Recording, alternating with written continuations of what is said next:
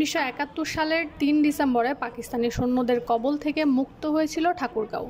তাই তখন থেকে প্রতি বছর 3 ডিসেম্বরে পালিত হয় ঠাকুরগাঁও পাকিস্তান হানাদার মুক্ত দিবস। এবারও বর্ণাঢ্য আয়োজনে ও যথাযথ মর্যাদায় দিবসটি উদযাপনে দিনব্যাপী কর্মসূচি গ্রহণ করা হয়েছে।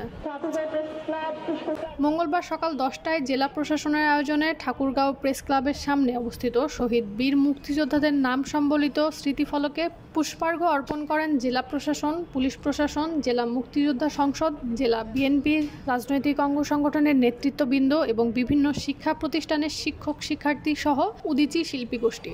শহীদদের প্রতি শ্রদ্ধা ও পুষ্পার্ঘ্য অর্পণ শেষে তাদের আত্মার মাগফিরাত ও দেশ এবং জাতির কল্যাণে দোয়া ও মোনাজাত করা হয়।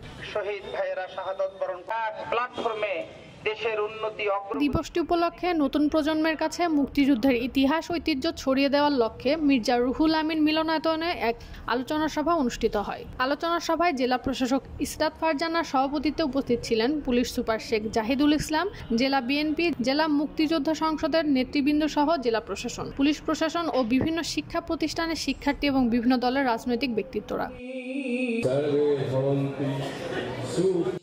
ঠাকুরগাঁও জেলা সংসদের আয়োজনে ও সেতারা বেগমের সভাপতিত্বে মুক্তিযুদ্ধের চেতনা হবে না তো নিঃশেষ, সাম্য ও ন্যায়, মানবিক মর্যাদায় ফিরে এসো বাংলাদেশ, এই প্রতিবাদে যান্ত্রিক মুক্তি শোভাযাত্রা করেছে বাংলাদেশ উদীচী শিল্পী গোষ্ঠী। শোভাযাত্রাটি জেলা কার্যালয় থেকে বের হয়ে শহর প্রদক্ষিণ করে একই স্থানে এসে শেষ হয়। শোভাযাত্রায় বাদ্যযন্ত্রের তালে তালে দেশাত্মবোধক ও স্বাধীনতার গান এবং কবিতা আবৃত্তি করা হয়।